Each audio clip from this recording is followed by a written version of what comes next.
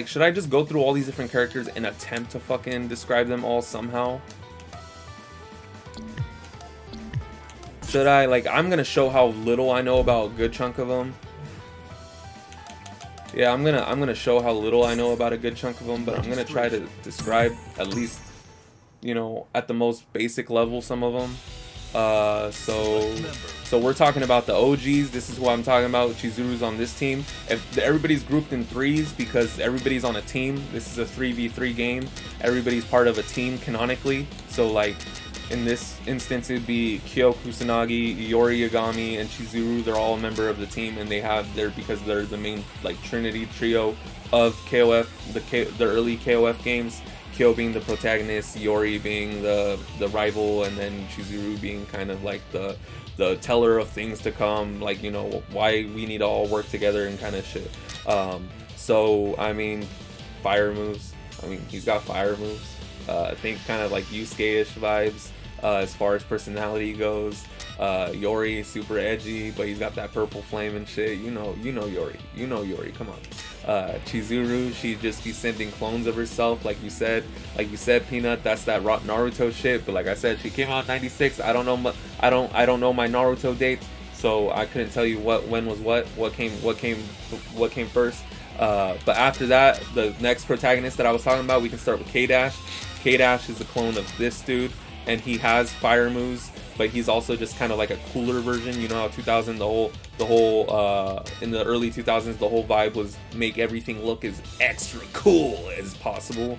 Maxima is just a big fucking cybernetic robotic Canadian with the fucking mutton chop sideburns and shit. Yeah, he's a cyborg Canadian. Then you got Whip, who's technically a clone of K-Dash's sister, but that's weird because he was a clone, right?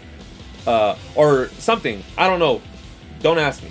But Whip isn't actually the sister. Kind of think of the Noelle and Ragna dynamic. So there you go. Whip is an agent that works for the Nest cartel, one of the antagonists in the SNK franchise or in the KOF franchise. Then after that we had these three. Ash Crimson was the third protagonist of the series. We had Ash Crimson. Elizabeth Blanc-Torche was the rival, and then Kukri is actually a new character from KOF 14 who's reappearing in KOF 15. But anyways, Ash Crimson is basically an asshole, an asshole in the games that they're in. Green Fire is their thing. Elizabeth's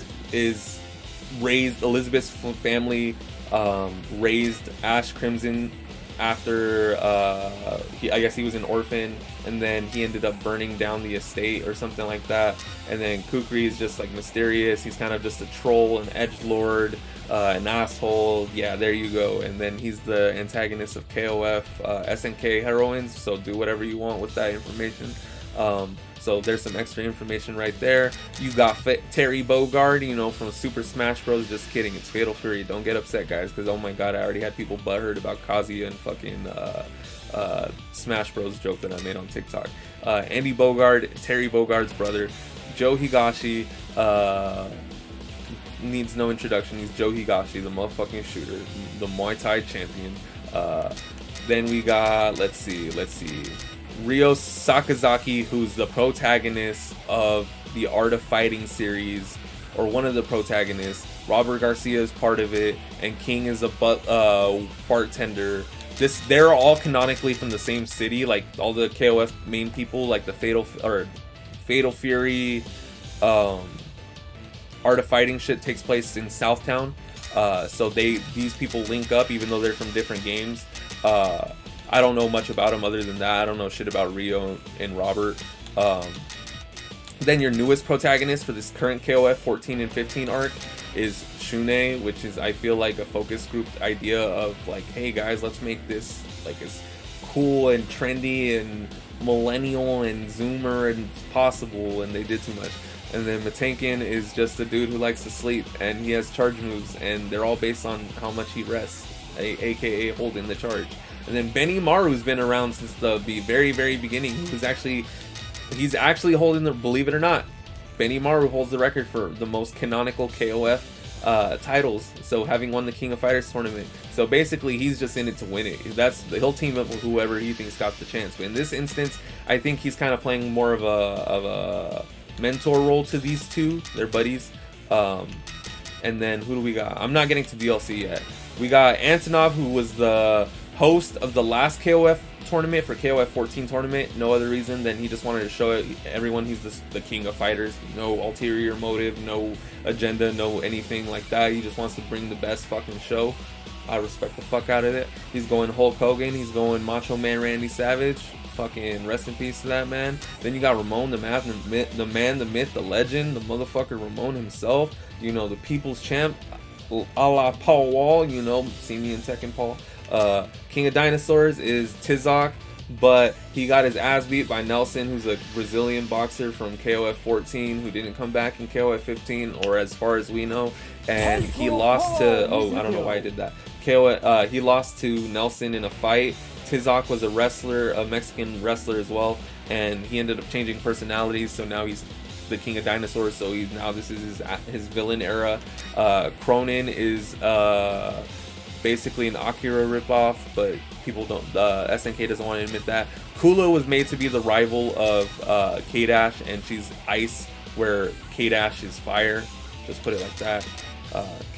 Kula is ice. And then Angel, you saw Angel earlier. I mean, do I really need to describe more than what you see is what you get? But she beats the shit out of you. Anyways, we got Athena, aka Cycleball, the zoner. Has all the K-pop star qualities, but Cycleball. Gucci gang, Gucci gang, Gucci gang, Gucci gang, Gucci gang, Gucci gang, Gucci gang. Yeah, same shit.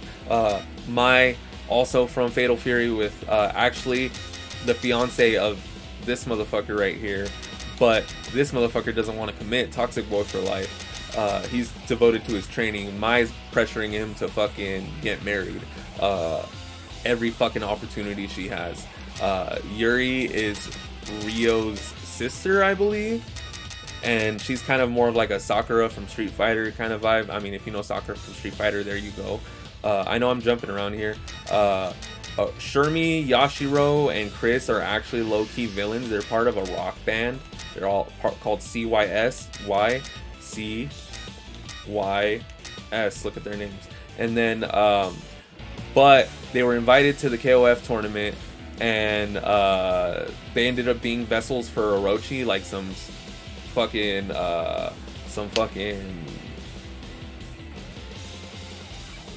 otherworldly, not otherworldly, but you get me, supernatural shit.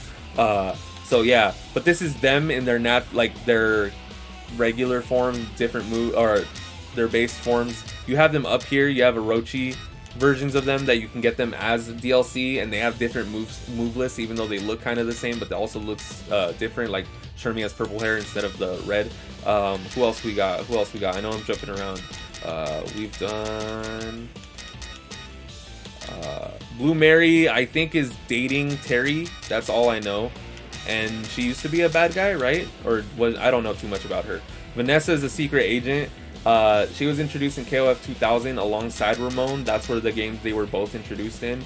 And Ramon is madly in love with Vanessa, even though her whole shtick is how she can whoop ass, and she's a spy, but she's also a mom, guys. And then Luong was also introduced in KOF 14 again, with that KOF, the SF4 ref influence. She's KOF's jury. So there you go. I ain't gotta say shit more than anything else. Leona, Ralph, and Clark are your A team. You know, your military folks. You got your grappler over here with Clark. You got your brute force, your wall with Ralph, and Leona has some like bomb projectile shit going on with her. And then who else haven't I covered? Isla's new. She has a whole graffiti artist vibe, but she has these hands that do it, so that do her fighting and shit, and does her tagging. So she usually has her hands in her pockets all the time, so she tries to look too cool for school. I kind of think of her as the new version, kind of like a better attempt at this, but in retrospect, all they did was make a current version of what this used to be.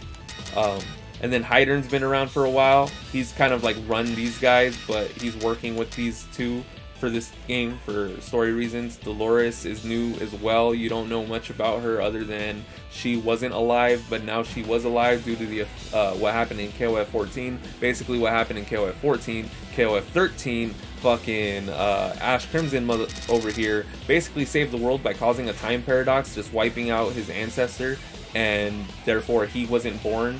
And because of that time paradox that was created, it basically created like a supernatural being, and when that supernatural being was destroyed in KOF 14, it unleashed the spirits of everybody that was dead before. So now they're back alive, and that's why we have Ash Crimson back, even though he's dead.